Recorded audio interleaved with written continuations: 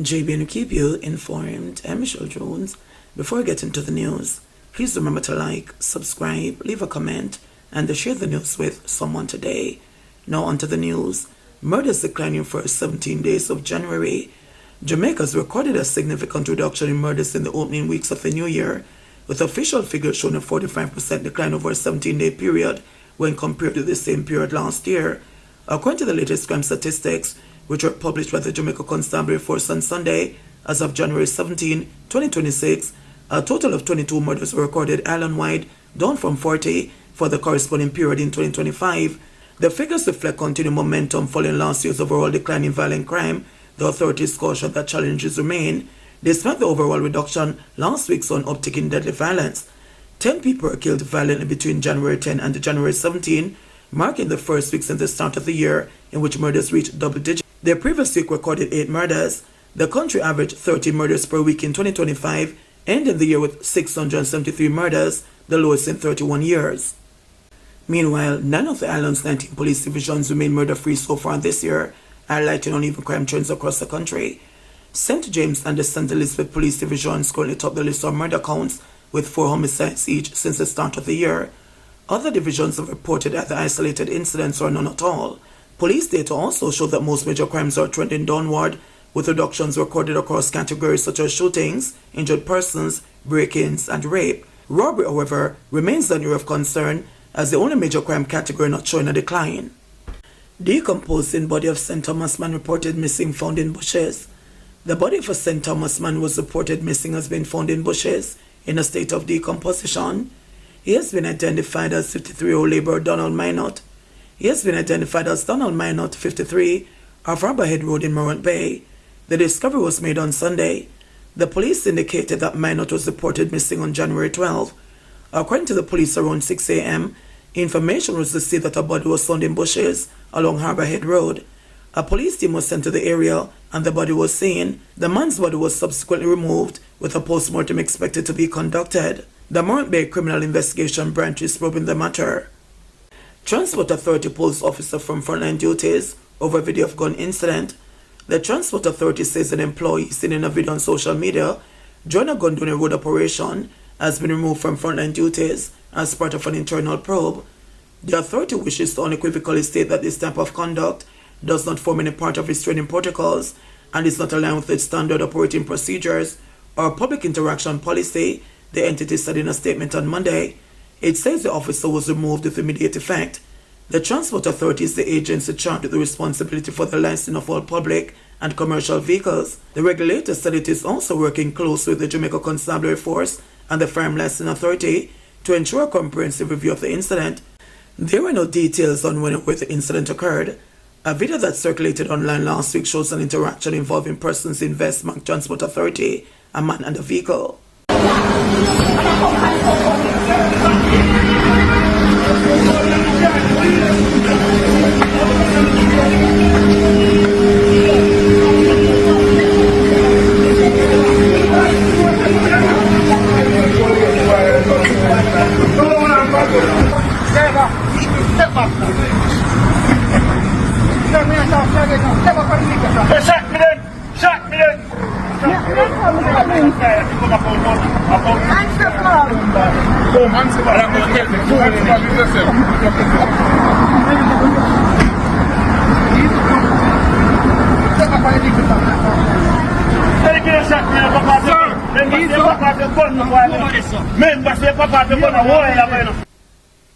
In its statement, the Transport Authority said it continues to uphold the principles of courtesy, professionalism, good customer service, and respect for all Jamaicans, and expects all employees to conduct themselves in a manner consistent with these values.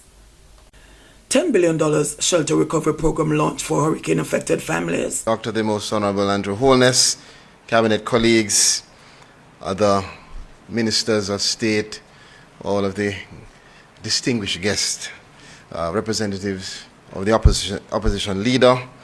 Let me particularly highlight President who is here, the President of the International Red Cross, who has changed her flight to be with us here in Jamaica, and I'm very grateful for you being here.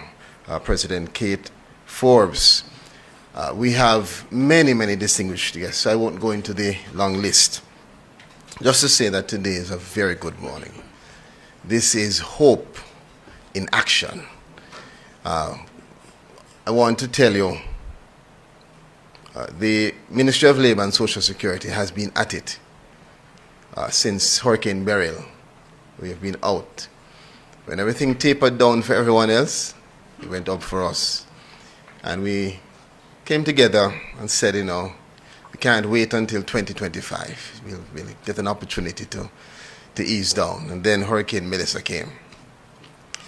And I want to especially say to those members of the ministry and our partners, particularly the stakeholders in the Humanitarian Assistance Committee, who perhaps you won't know their names, no big positions, but they're the ones on the ground. They're the ones who have been impacted. They lost their roofs, they lost their homes, and the next day they were at work serving the people. Amazing, amazing humans who are fully committed to national service.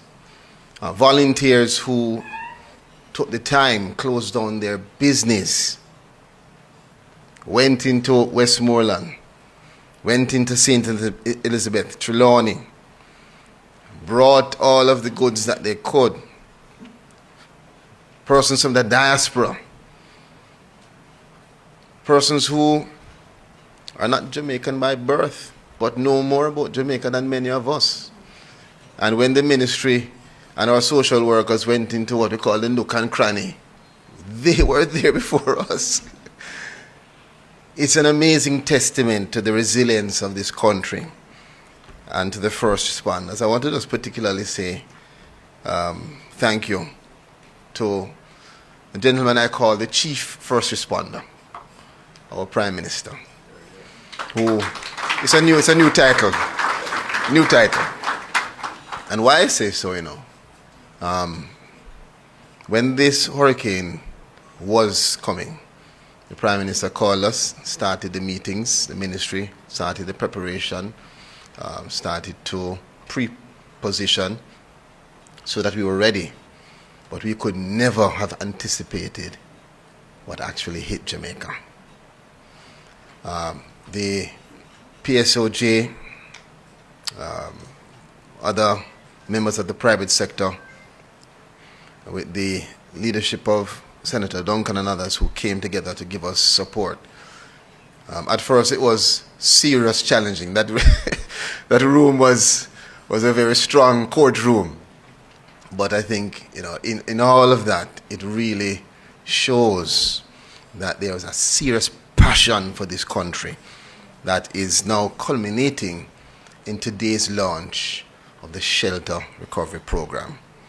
A program that will represent our transition from relief to recovery. I can't see the next slide, please. Let me give you quickly an overview. There's a lot to be said, so permit me to be as efficient as possible. So to date, we have completed more than 70,000 household assessments. Do I need to move? Am I blocking you? I think so. Huh? We will assume. You'll assume. Okay, all right. Good. More than 70,000 household assessments completed, which affect more than 200,000 persons. And of course, these assessments are conducted with the support of not just the Ministry of Labor and Social Security staff, but the several volunteers sent to us by the Honourable, is it Honourable Lovely or Lovely Honourable Babsy Grange? Not sure how it works. And other stakeholders. And that group, I must tell you, is an amazing group of persons, including our liaison officers who have, on their own volition, chosen to come back to Jamaica from Canada, from the US, and have given stellar service. Our staff members who were affected, who continued to work with CTD, Audrey Dear Williams, who led that group, in just making sure that we had persons trained and out there on the buses. Again, wasn't always perfect, but look on where we are now. Put in comparison that we have done 70,000 up, and in burial, in 8 months, we did under 20,000. That's just to show you the efficiency and the improvements. Now, moving on. So when they go out, Minister Hamilton, they go out and they do an assessment in 5 categories. Now it says 4, it's really 5. When they go to the house, they say, all right, some houses, no damage. And yes, there are persons who demand that we assess them, because that assessment of no damage doesn't mean they don't get support. Some of them still, through Ms. Suzette Morris, the Director of Social Security, get food packages. And they have some who have no significant damage, others minor, major, severe. Now we focus down on the minor, major, and severe in terms of those who will receive benefit. And so far, in looking on that 3-tiered categorization, the percentages are 42% minor, 40% major, such as you losing your roof, and 18% severe, means you really have lost most, if not everything. So let's talk about how the assessments are done. Now we have a rigorous field enumeration methodology, which is the utilization of our staff and volunteers who conduct the on-site home inspections. And of course, I don't need to get into the full listing. This includes all of the Humanitarian Assistance Committee members, Food for the Poor, Salvation Army, Red Cross, on and on. Persons across government. Anybody else? ADRA. They're going to read me out of church. ADRA. And others. All right? And I must tell you that the World Food Program assisted us last year in really upgrading the system that was utilized, primarily a paper-based system, which is now a digital, functional, operational system called the JHDINA, Jamaica Household Damage Impact Needs Assessment Tool, which allows for us to have real-time updating with pictures, Minister Dalrymple, Philbert, and GPS location. So we're going abroad.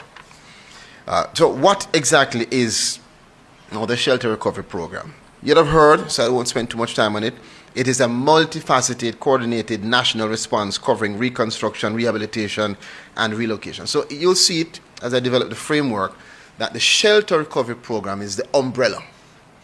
And it includes all of what we are doing, which will be the cash grants, the repairs that have been done, the support from the partners, everything. Once it's connected to our beneficiary list, Senator Duncan, it's a part of the program, which means when we do our assessments, it leads to us identifying that list, categorizing the persons, and that is verified.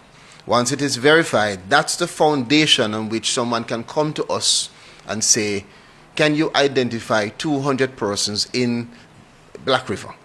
And they should fit this categorization. So we can pull them from our beneficiary list, and you become a partner in us addressing that issue. Next. Next. Okay. So who qualifies to be eligible? And we get this question a lot. Who qualifies for the Shelter Recovery Program? Dr. Anderson Thomas will tell you that she had a group of persons confront her to say, how do we apply? Can we apply online? Can we call you? What do we do? You don't need to do that. Once you're on the beneficiary list, meaning once you have been impacted by the hurricane, Minister Main, you have many, impacted by the hurricane, and you have done the assessment, and you have been verified, you are automatically qualified. Now, if we go to your street and we don't see you, we cannot complete the assessment. So we have a self-reporting tool that you can also access, not for you to be qualified, but for you to then be assessed, then verified, then you would qualify. Thank you very much. And as we do with everything Senator Floyd Morris, in the Ministry of Labor and Social Security, we make sure that in everything we do, we prioritize the vulnerable. So even in our assessments, we have prioritized the severity, meaning we started with the most severe and attempted to do as many of those. So you'll see the percentages in terms of those that are severe will not go up much in the next month because most of those have been completed. And we also target vulnerabilities.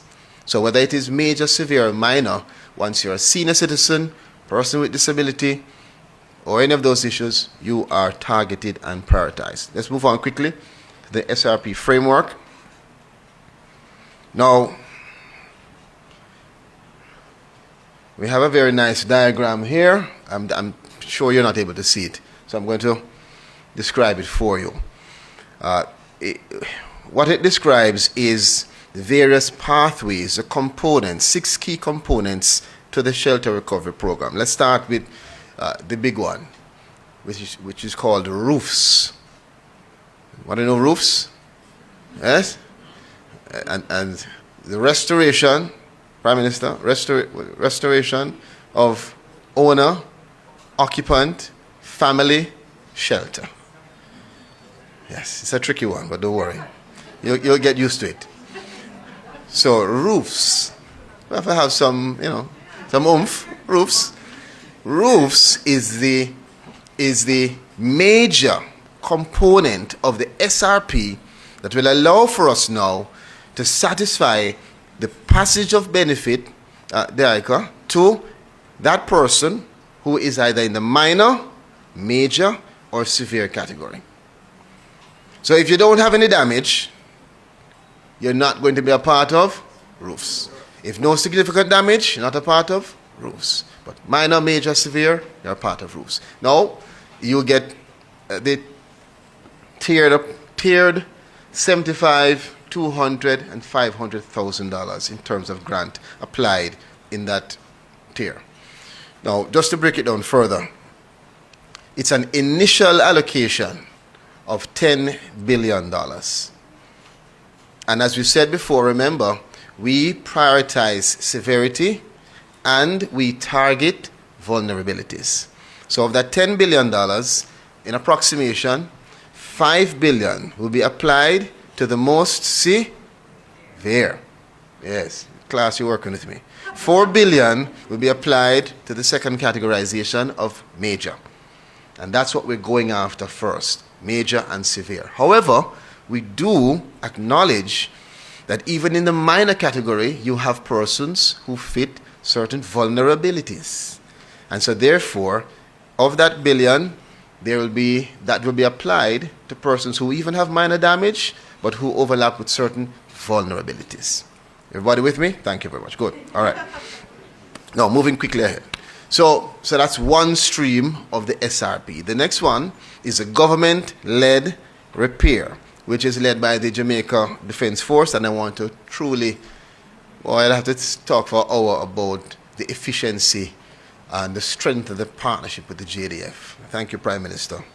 So the government-led repair is the next stream, and the PM will dive into the details of it. Anything that's related to any one of the programs, such as a compound led by the JDF, falls under that. Partner-led repair is that repair led by the members of the Humanitarian Assistance Committee, like Food for the Poor. I see Nackley here, who's putting on many roofs. Other members like GEM and IOM, who will be working with us, and we won't go into that program that will be announced soon by the Prime Minister sometime within the next month. But that's partner-led. That's the partner-led part of the SRP. The next one is NHT support, which very quickly is through grants, loans, insurances. The rapidly deployed modular solutions, which will be those full or almost complete solutions provided through the Ministry of Economic Growth and Infrastructure Development Social Housing Program. And lastly, there is the intention for us, or we will be extending the normal relocation and regularization programs of the government to make sure that persons who are in vulnerable spaces are moved to more sustainable spaces. Moving quickly. So how does it work? I think by now you should know how it works. So you have a damage assessment, it is verified, approved. We determine which one of the 6 categories you fit into, and then the support is delivered. And I will, at a later stage, very quickly tell you the principles which will show that if you're in one category, you won't be in another. All right. Please remember that. All right. So let me answer the question of when does the SRP start. So you will hear from our keynote speaker the details, but let me just say it started already. All right? But the roofs section, which I know many persons are interested in, that initial $10 billion allocation, our effort is to continue the work with the geospatial team and my team to get everything together to get that moving by the end of January. For lawyers who are here, note I did not put any year. I'll leave that alone. Prime Minister is not smiling with that one. No, I did get a smile a while ago. All right, so I'm not going to go. I went into the components. I don't need to go through all of that again. Roofs program, can move that on. Restoration of owner, and it's owner or occupant. Just to be clear, you know, you have a lot of places in Minister Crystal Lee's constituency where persons are renting out their space. So the tenant will often want to come to us to say that they want the $500,000. Tenants, you are tenants, not owners. And so in that regard, you'll be facilitated with a rehabilitation grant to assist you. So it's owner or occupant of family shelter, which means not commercial enterprise. I don't need to go into the further details. You know what I mean. Next slide, please. I think we explained the government-led repair, and just to give more detail, what we do with JDF so far, the Prime Minister, when he went on that big meeting, is it G20? G20. He came back with a lot of support for the country, and I want to thank him. We had multiple countries coming back to say that they would assist Jamaica, Rwanda, Guyana, Ghana, Ethiopia to come. Others have given support in other ways, and it has been exemplary, and that's led by the JDF, so that's part of the government-led repair. Partnership-led, we did that already. National Housing Trust, PM will go into that. Deployment of modular solutions, did that already. See how fast I'm moving.